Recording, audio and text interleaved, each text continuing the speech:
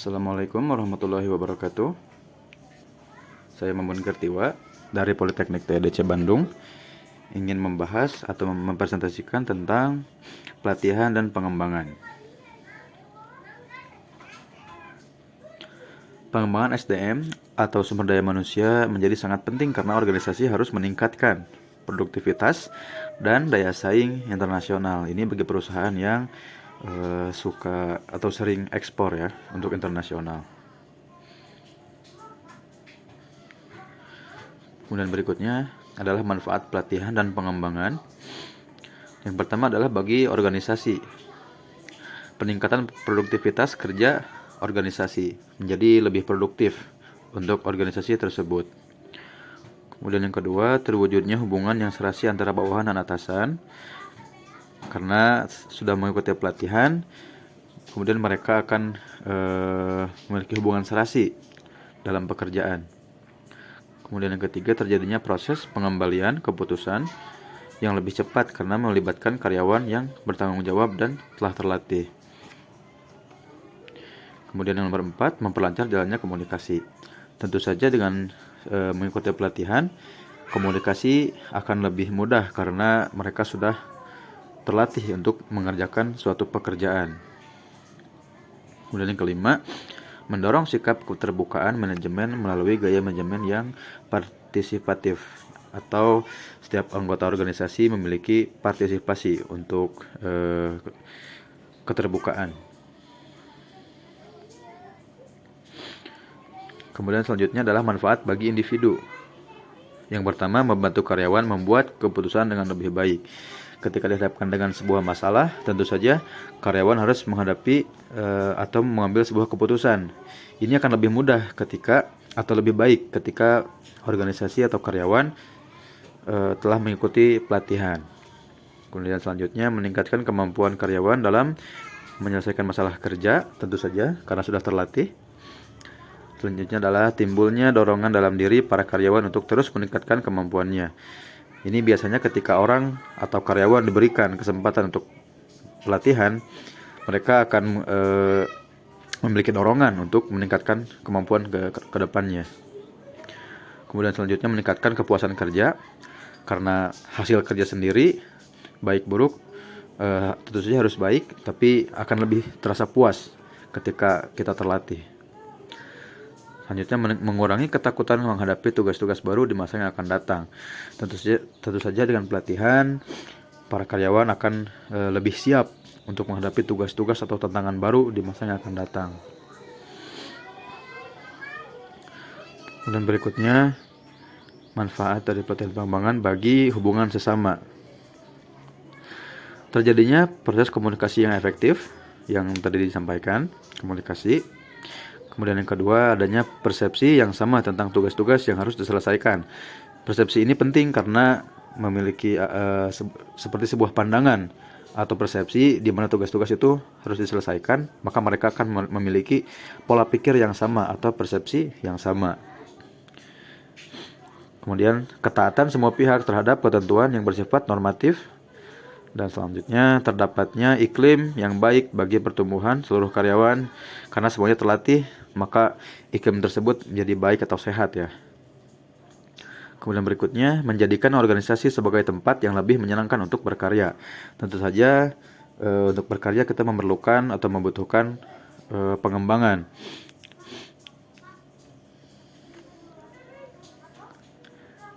Kemudian berikutnya, manfaat dari pengembangan. Pengembangan yang efektif harus meningkatkan perkembangan pribadi dan kepuasan kerja karyawan. Nah, berikut ini beberapa manfaatnya. Bagi bisnis, itu pengembangan mampu menaikkan produktivitas dan kinerja pekerja. Tentu saja ini sudah jelas. Kemudian yang kedua, meningkatkan retensi pekerja.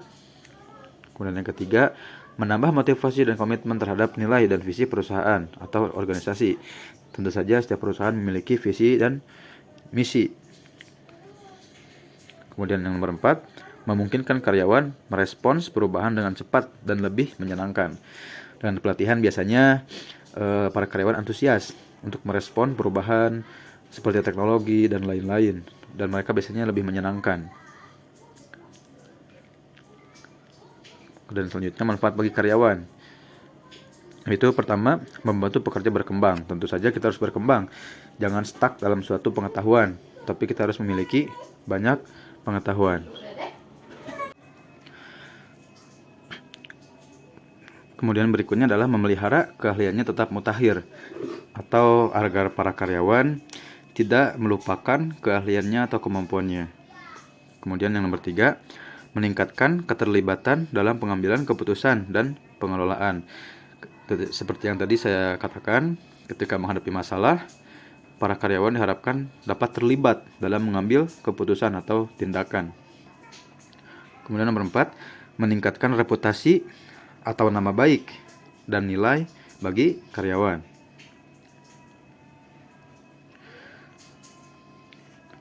Nah, kemudian selanjutnya adalah bagi pemimpin tim. Pengembangan dapat 1, mendukung tanggung jawab kepemimpinan bersama, kemudian memberi kepuasan melihat karyawan berkembang. Tentu saja para atasan biasanya akan puas melihat karyawannya berkembang, tidak stuck di satu bidang.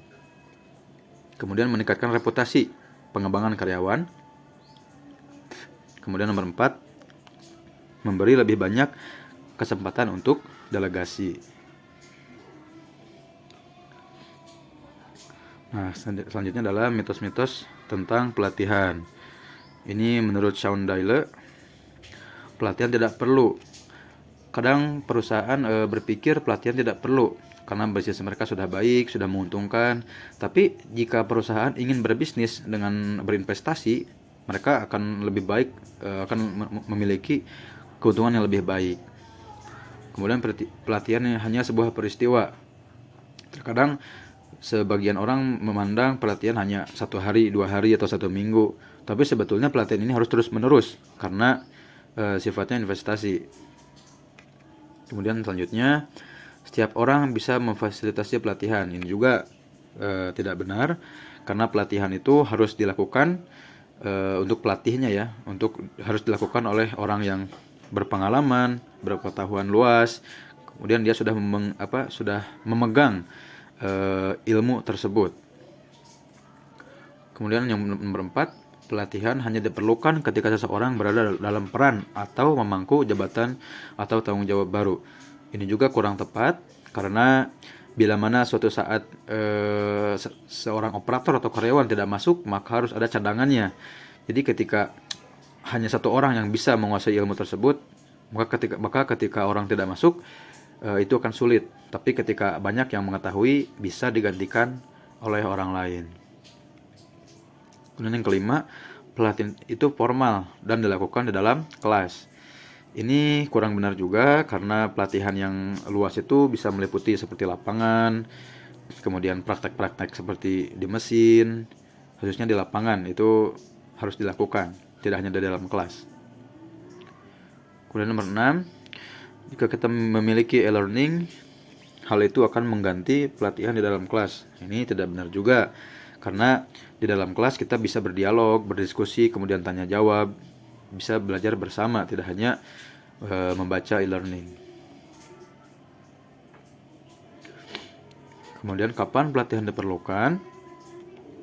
Pertama adalah ketika karyawan baru dipekerjakan. Tentu saja ini harus dilatih terlebih dahulu, seperti halnya cara mengoperasikan sebuah mesin atau sebuah pekerjaan, agar dia tidak menimbulkan kerugian kepada perusahaan dan agar dia tidak mengalami kecelakaan pekerjaan. Nomor 2, ketika ada masalah kinerja. Nah, ketika masalah ditemukan, maka harus ada pelatihan atau pembinaan bagaimana cara menyelesaikan permasalahan tersebut. Dan nomor 3, ketika pelatihan merupakan bagian dari rencana pengembangan individu. Ini sudah jelas ya, ketika ini sebuah rencana, maka diperlukan. Kemudian berikutnya, ketika ada perubahan besar-besaran yang sedang terjadi dalam organisasi atau perusahaan. Nah, seperti yang tadi dikatakan, ketika rolling atau perputaran posisi, itu harus mengikuti pelatihan kembali. Tentu saja untuk mengembangkan pengetahuan para anggota organisasi. Nomor 5 adalah ketika ada produk, proses, atau prosedur baru. Seperti halnya akan memproduksi hal baru, kita harus pelatihan dulu. Kemudian ada proses seperti mesin baru, teknologi baru. itu harus pelatihan terlebih dahulu. Atau yang ketiga adalah prosedur baru atau aturan yang baru.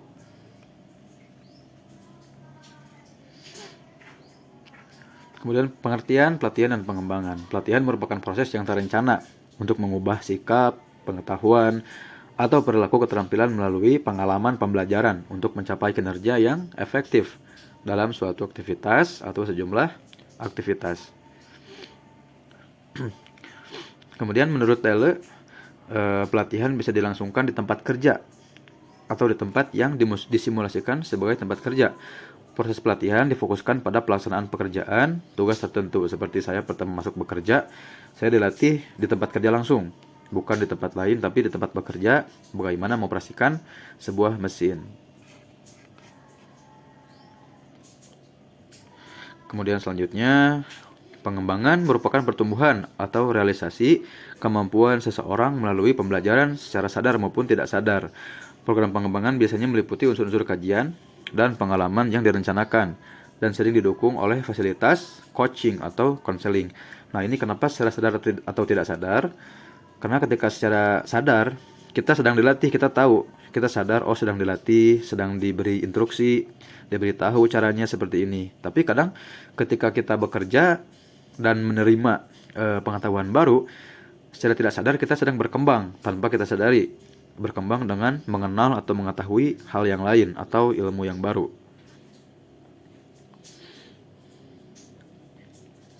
Kemudian berikutnya adalah tren pelatihan.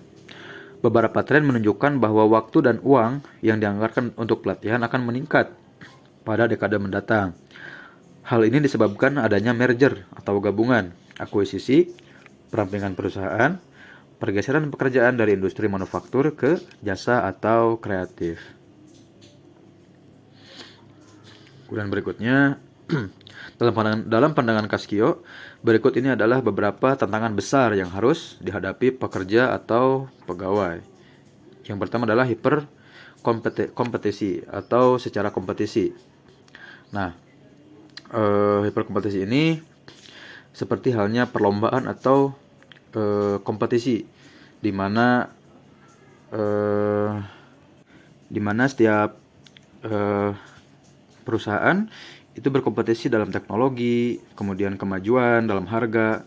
Layaknya ini sebagai karyawan harus bisa mengikuti kemajuan dari teknologi, terutama internet ya. Ini harus bisa berkompetisi dengan perusahaan yang lain. Kemudian berikutnya adalah pergeseran kekuatan kepada pelanggan. Nah, ini ketika pelanggan merasa ada perbandingan seperti membandingkan harga atau misalkan membandingkan kualitas produk. Nah, dengan demikian kita harus bisa menjamin kualitas kita untuk tetap yang terbaik kepada pelanggan. Kemudian yang nomor 3 adalah kolaborasi lintas batas organisasi dan geografis. Nah, ini biasanya ketika pelatihan tersebut dari daerah lain, maka salah satu hambatannya adalah secara bahasa atau budaya. Kemudian yang selanjutnya, kebutuhan untuk mempertahankan tingkat talenta yang tinggi, perubahan pada tenaga kerja. Nah, ini seperti halnya generasi. Ketika dikatakan anak muda zaman sekarang kurang kreatif, kurang terdidik, dan bla bla bla, maka dari itu mereka harus diberikan pelatihan yang lebih. Ataupun misalkan dari pihak lanjut usia ataupun pihak wanita, ini mereka membutuhkan pelatihan lebih. Selanjutnya adalah perubahan teknologi. Nah, ini tentu saja sudah jelas, di mana teknologi semakin berkembang, maka para SDM, para karyawan, para SDM itu harus mengikuti perubahan atau perkembangan teknologi. Kemudian tim. Nah, tim ini adalah perkumpulan dari karyawan, di mana karyawan ini harus bisa bekerja sama dalam membentuk tim untuk mencapai tujuan yang jelas.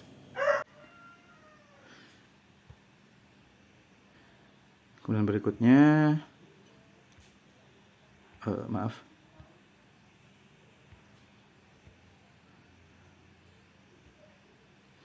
isu-isu struktural dalam pelaksanaan pelatihan.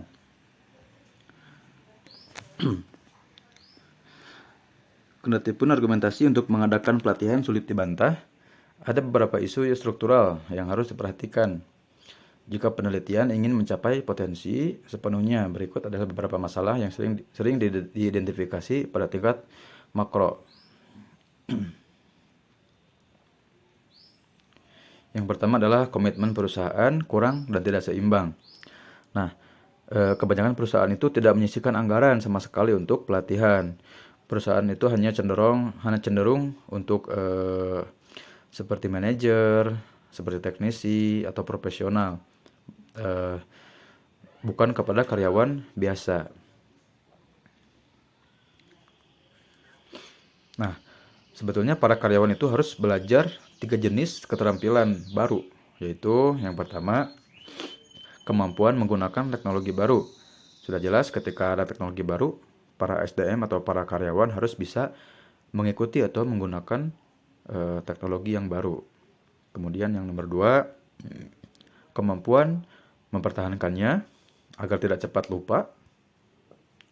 Dan yang ketiga, kemampuan mendiagnosis masalah atau masalah pada sistem. Bisa meneliti atau mendiagnosis masalah. Kemudian nomor 2, akumulasi anggaran dunia bisnis untuk pelatihan tidak memadai. Nah, di sini ada sebuah penelitian di Amerika Serikat, di mana pelatihan itu sedikitnya ada 1,2% dari gaji karyawan, gaji tahunan itu untuk dianggarkan untuk pelatihan, karena mereka menganggap pelatihan ini sangat penting bagi mereka. Kemudian yang nomor 3, dunia usaha mengeluhkan sekolah memberi gelar, tetapi gelar itu bukan jaminan telah menguasai keterampilan. Ya, terkadang banyak mahasiswa yang memiliki gelar, suatu gelar, tapi dia sendiri belum menguasai secara penuh tentang bidang atau keterampilan tersebut. Kemudian nomor 4, meskipun secara retorika pelatihan dipandang sebagai investasi, tapi aturan akunting menuntut bahwa pelatihan dianggap sebagai biaya. Ini perbedaan pendapat dari akunting mungkin ya. Kemudian nomor 5, perusahaan dan sekolah harus mengembangkan hubungan dan komunikasi yang lebih erat. Nah, terkadang apa yang dibutuhkan di lapangan itu pihak sekolah tidak mengetahui apa yang dibutuhkan dalam dunia pekerjaan. Sehingga banyaknya ketika lulus jurusan apa ataupun bidang apa, tapi yang dibutuhkan di lapangan banyaknya adalah bidang apa. Jadi antara sekolah dan perusahaan itu harus bisa berkomunikasi agar apa yang dibutuhkan dapat disuplai dari anak-anak sekolah. Kemudian berikutnya adalah pelatihan berdaya ungkit tinggi. Nah, yang pertama adalah pendekatan sistematik. Nah, ini secara umum pelatihan merupakan suatu usaha terencana oleh organisasi ya untuk memfasilitasi pembelajaran. Nah, berikutnya adalah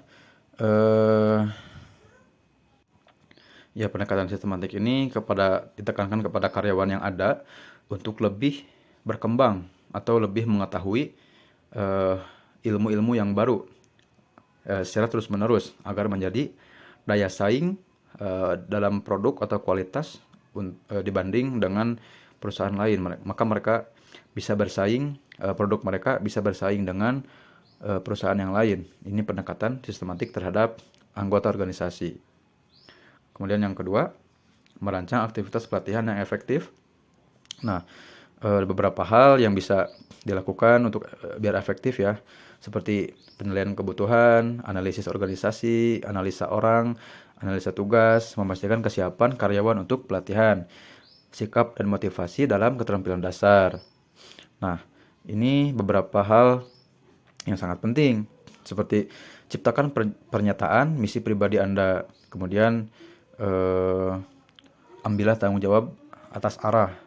Kemudian beberapa hal yang poin penting seperti mengerjakan atau melakukan suatu pekerjaan yang memberikan nilai atau dampak yang besar. Terkadang orang hanya pelatihan ketika pelatihan asal terlihat kotor, oh ini sudah bekerja.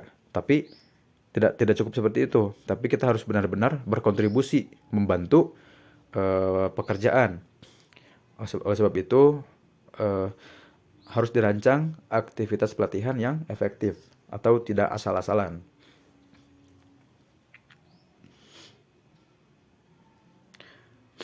Nah, kemudian berikutnya adalah pengembangan diri. Jika organisasi atau perusahaan tidak rutin menawarkan program pengembangan, maka penting bagi karyawan untuk mengembangkan dirinya sendiri. Nah, jadi jangan mau stuck di tempat, jangan hanya diam diri, sudah mengetahui suatu pekerjaan, sudah cukup. Tidak, tapi kita harus bisa mengembangkan potensi kita, pengetahuan kita. Nah, karyawan yang mengabaikan hal ini beresiko stagnasi atau stuck dan usang karena perampingan atau merger. Mungkin menempatkan karyawan itu dalam posisi terancam di PHK. Hal ini sudah terjadi pada banyak orang. Nah, seperti halnya pengalaman saya ketika saya bekerja di suatu perusahaan, kemudian mesin saya itu tidak beroperasi karena sedang sepi, saya membantu bagian lain dan akhirnya saya bisa secara tidak sadar saya belajar di situ. Kemudian akhirnya saya dipindahkan ke bagian tersebut. Sedangkan teman saya yang ketika tidak ada pekerjaan, dia hanya santai, hanya duduk, terus sekarang tidak tahu dia di mana sekarang. Dan saya sudah tidak melihatnya untuk sekian lama, saya tidak tahu mungkin dipindahkan atau diberhentikan. Tapi ya inilah kompetisi, bukan untuk menyingkirkan orang lain, tapi untuk memajukan diri kita, untuk membuktikan bahwa kita memiliki pengetahuan atau potensi bagi perusahaan.